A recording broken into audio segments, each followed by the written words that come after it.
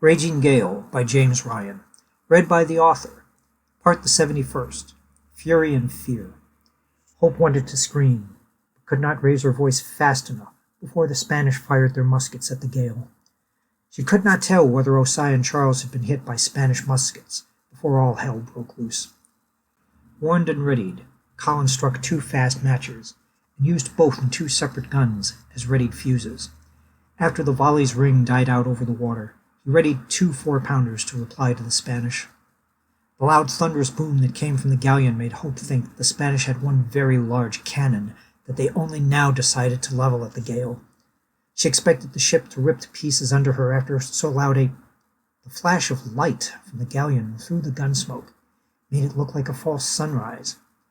For a brief instant, the galleon looked as though it were entirely aflame before the stern of the ship separated from the hull with a thunderous crack.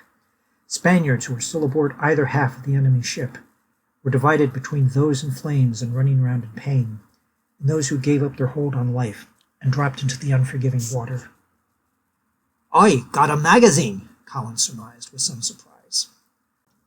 The crew of the Gale watched as the ship they tried to take as a prize slipped into the water in burning pieces, her masts collapsing from her decks as a pillar of dark smoke rose to heaven.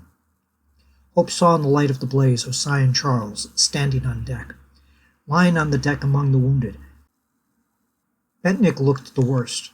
Only a portion of his face could still be recognized, the rest removed in the flurry of shot he had received. "Sail!" called Bosvelt. "Sail to stern! Galleon, the sign of sun's on! It's a casa! Vervelocted casa!" he screamed. For the first time, Hope heard fear from Bosvelt. "Heave to!" Captain Sanders called the crew. "We not be sitting here for the casa to take us!" Of all the cries to rise from the deck of the Gale, hers was the only one not wrapped in fear or shrouded in pain. Any men who still bore arms left them on the deck to trim the rigging for the best possible running speed. The wounded were left for the moment in the panic. Those who could move on their own did the crew a courtesy by finding a place out of their way. "The swivel gun!" Sanders commanded. "Have her mounted to the stern. Osai, the 5 best musketeers you can spare for the quarter-deck. If she does catch us, we'd be putting up a struggle from the first." Osai brought Charles with him to defend the quarter-deck as the swivel gun was mounted.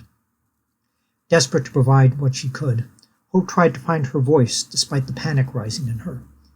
In desperation, she took one of the rammers left beside a 4-pounder and started a hard count to beat against the deck.